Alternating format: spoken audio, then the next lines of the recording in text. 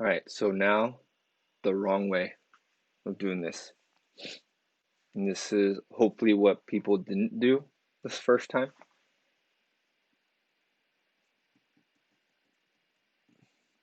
Super fast. Do those look like dots? Nope. They're basically like tadpoles, right? Nowhere on here did it say make tadpoles when stippling, right? And then it goes obviously very rushed, right? So those don't look like dots. They just look like tadpoles or dots with tails on them, right? This is what we don't want it to look like.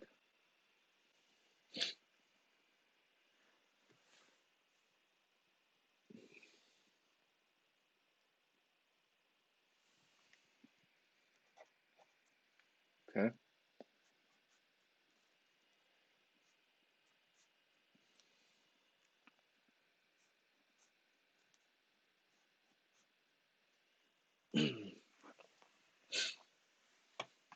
All right.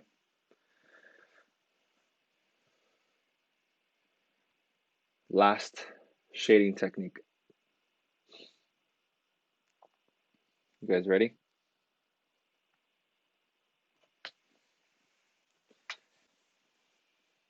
Okay. Last one. Everyone has done. I guarantee it. You've done it. You just didn't think you can shade with it. Scribbling. Yep. Same thing you did when you were in elementary school and you were scribbling. You can shade with scribbling. Right? But in this case, when it comes to scribbling, you kind of need to stay inside the lines. As opposed to when you're in elementary school, you're like scribbling like crazy, right? You didn't care if you were inside or outside the lines. And this one's pretty straightforward. The more you scribble, the darker it looks. The less you scribble, the lighter it looks.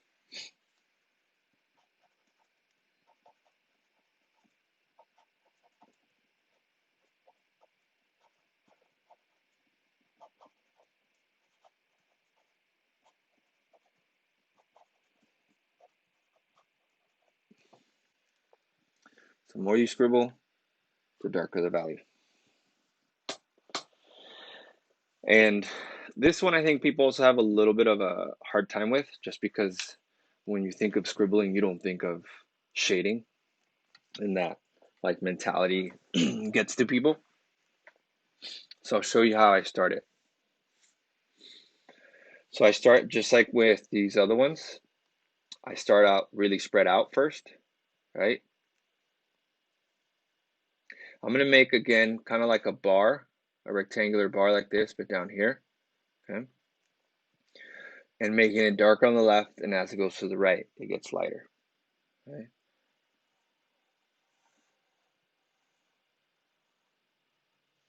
So this is how long it's going to be, right? Now that I have it kind of spread out, I'm going to go and start to make it darker on the left-hand side. The key is to continuously keep moving the pen, but don't go too fast. When you start going too fast, you start making it too dark. So again, I'm going to make it pretty dark on the left-hand side here. That's pretty good. And then as I go to the left, or to the right, sorry, the space between my scribbles gets bigger, so there's more white showing.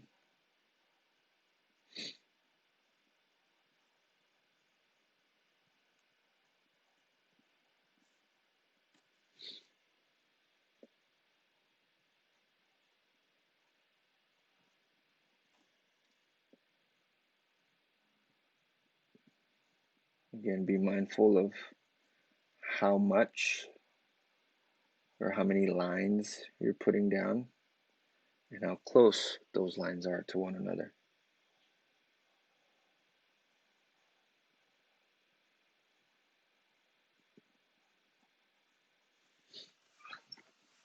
okay? So right here, right now, when you're like, oh, what? This looks like scribbling. It doesn't really look like shading as much. When we do it, we draw or use all these techniques. We're gonna put it in. We're gonna draw forms, shapes. Okay.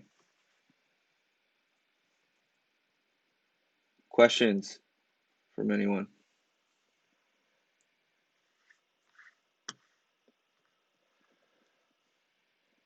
And for this one, I'm not gonna show you the wrong way because I don't know if there is one. The only difference is the wrong way will have no gradual change from dark to light. It'll just look all solid black, right? Or everything will look evenly spaced out, so there won't be light or dark.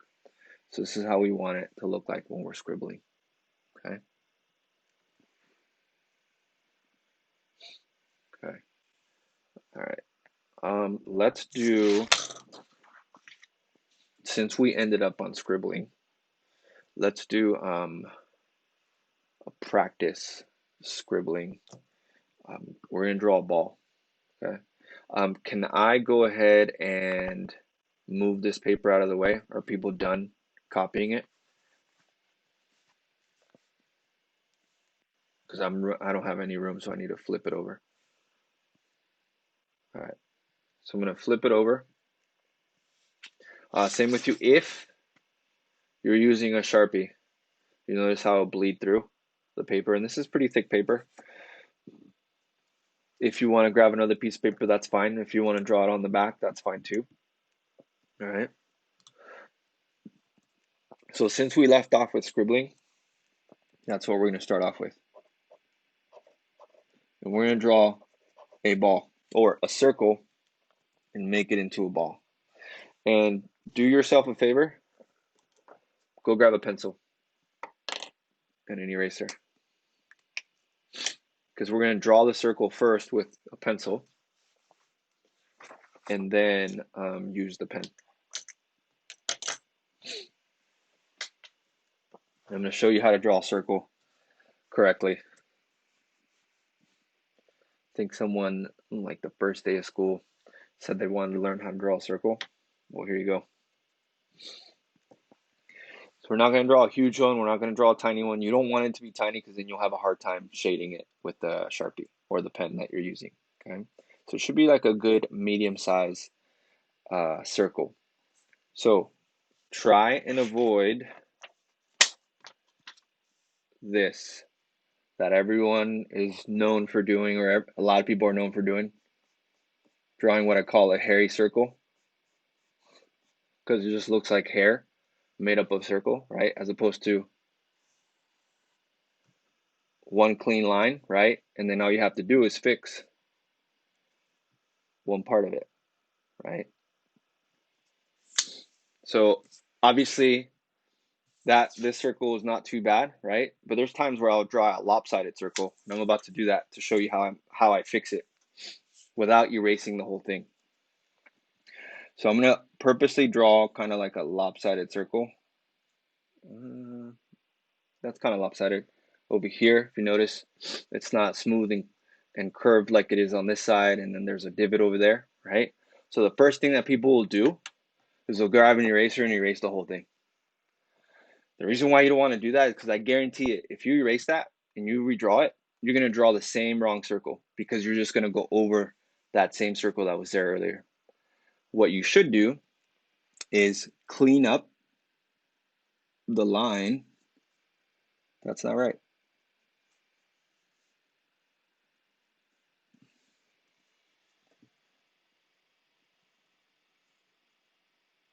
So right now I can see what lines are wrong, right?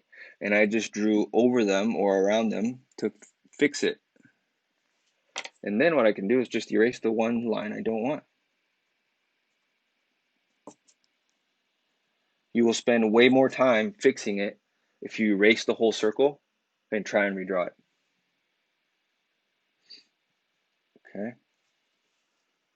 Okay. That's a pretty decent circle, right?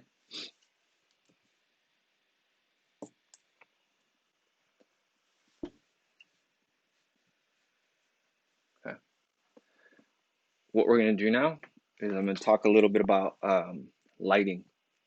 So someone choose a left or right side for me.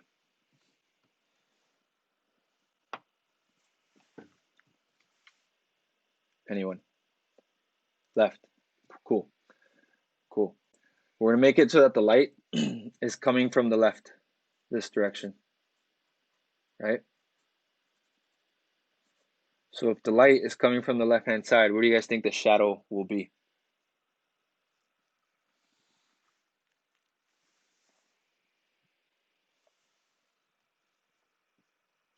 Correct, on the right. So just to kind of point that out, right now, for this pen, the light is coming from this way because there's a window in front of me. Therefore, the shadow's on this side, right? But what does the shadow look like? What do you guys think the shadow will look like for our ball? It's a circle right now, but it's going to be a ball when we shade it.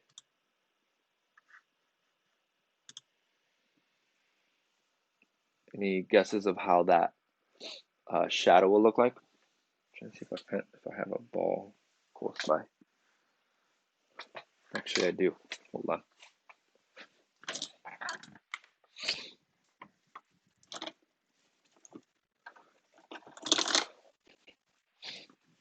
All right. I went and grabbed the ball from my dog. Right. There's the ball. Oh, you can already kind of see the shadow. Right. A shadow of a ball is an oval. Oh, my dog saw that I have the ball. Is an oval. So picture this. If we were to smash the ball and flatten it, it would be an oval. It wouldn't be a perfect circle. It'd be an oval, right? So that's what our shadow is going to look like for this ball. And it's going to start off from the center here because the light's coming from the left, and it's going to shoot out. Most people would start it from over here, but it doesn't start from there. It starts from here, and it goes out just a little bit to the left and shoots out, and now it's an oval, okay, like that. So it shoots out over here a little bit because the light is hitting here, and the shadow comes all the way out there, okay? Everyone good with that? Okay, you don't need the pencil anymore. Switch over to your pen or a Sharpie, and now it's ready to be shaded with the scribbling technique. What do you guys think the darkest part of our ball will be if the light's coming on the left-hand side?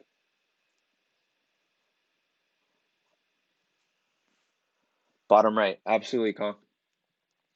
I have a heavy hand, so I tend to start in the darkest areas of whenever I'm shading and then work towards the light ones. All right, some of you may have a lighter hand and have a hard time making things darker. Okay, so bottom right over here and the bottom here. So I'm not going to outline the circle, by the way. Okay, so don't outline the circle. I'm going to start scribbling and keep it really close together towards the bottom, right? And then open it up as I go to the top. Notice how when I'm scribbling, I'm making the scribbles turn where the outline of the ball is or the circle is. So I'm having the scribbles create that outline for my ball. So we started off with the circle. In order to make a circle look like a ball, you have to shade it. We're creating that illusion that it is a ball, a 3D object, when in reality it's just on a flat surface. Okay, that's pretty good right there. So now I'm going to go ahead and start making things darker towards the bottom and work my way up.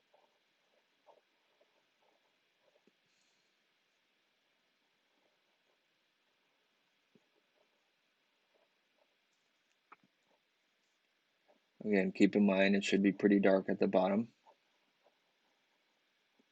with minimal white spaces. And then the left side here will be the lightest or the brightest spot. So I'm going to add a little more value or scribbling on the right hand side. The key to shading, again, is having a nice balance between the values or the lines in this case. All right.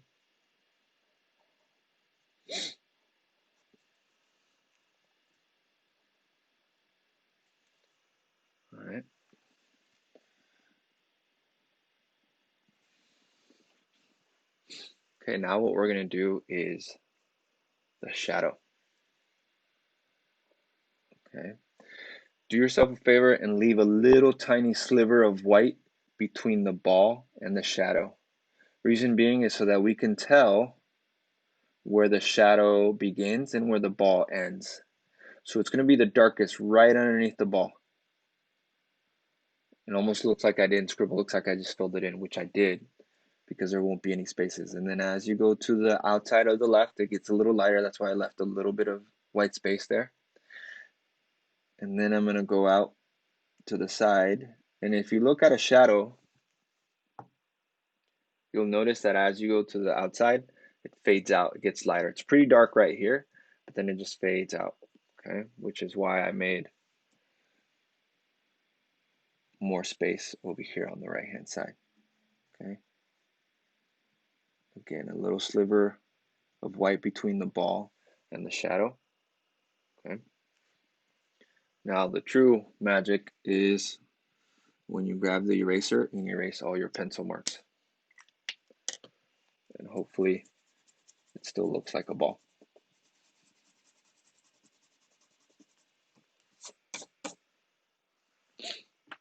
Okay, if it doesn't, you can go back and clean up some areas. Okay. Hopefully you guys can't hear my dog barking in the background.